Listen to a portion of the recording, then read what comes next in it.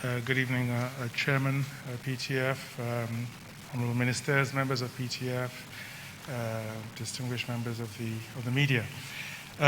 So I would like to take this opportunity to brief you on the situation with regards to the evacuation of Nigerians back to Nigeria. As you all know, there was a flight that's supposed to be coming in today from Dubai. And, well, it's good news and maybe not so good in a way. One of the passengers, a lady, had a baby on the flight or went into labor in the flight. And so the plane had to turn back. And happy to say that mother and child are doing very well in hospital. And the arrival time has been rescheduled to 7 p.m. This evening. So the flight is still expected. And arrangements have been made. One of the big challenges that we have is, of course, the hotels want to be paid up front. And it's not always that easy to manage all that. But we're pushing hard, and again, cannot thank enough the governor of Lagos State helping in the process of keeping them, still willing to receive. So hopefully we'll get the money through to them by the time the passengers arrive. Then there's another flight that we had arranged for Friday, British Airways from the UK, and so there are one or two issues we're having there. Again, it's a question of payment, and they're sticking very strictly to timelines that are very difficult for us to manage. But what we've done is we've quickly rearranged for another standby airline in case the British pull the rug from under our feet and decide that they're not going to proceed with a Friday because of some fine details in the agreement. So those Nigerians that have paid, if that happens, we'll have a plane to still bring them. So there won't be any great loss from that point of view. A trending story at the moment is that the government has not been patronizing Nigerian airlines. Nothing could be further from the truth.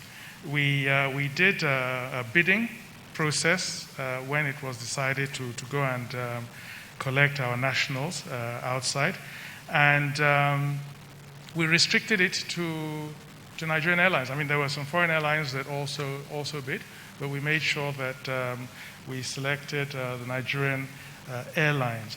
So that process is ongoing because one of the issues there was, again, the question of payment and what government could do to subsidize with these airlines. But they point to the fact that there's an Emirates flight that's coming, and then there's a British Airways flight that's coming. Well, the Emirates airline that's coming had nothing to do with government. As I pointed out in an earlier intervention, the government of the United Arab Emirates, on its own initiative, decided to start evacuating foreigners that were in the UAE, and to different countries, not just Nigeria. And they informed Nigerians there who are desperate to come home that there are these Emirates flights available, and that it will fly once they fill up the plane. And Nigerians spontaneously, without any reference to the government, immediately started buying tickets because they're all desperate to come home. That's how the UAE flight came into being. And the British Airways one, as I said, was also because this plane was coming already to Nigeria to come and collect British nationals here. And we thought that since our people were there, crying out, that we should take advantage of that.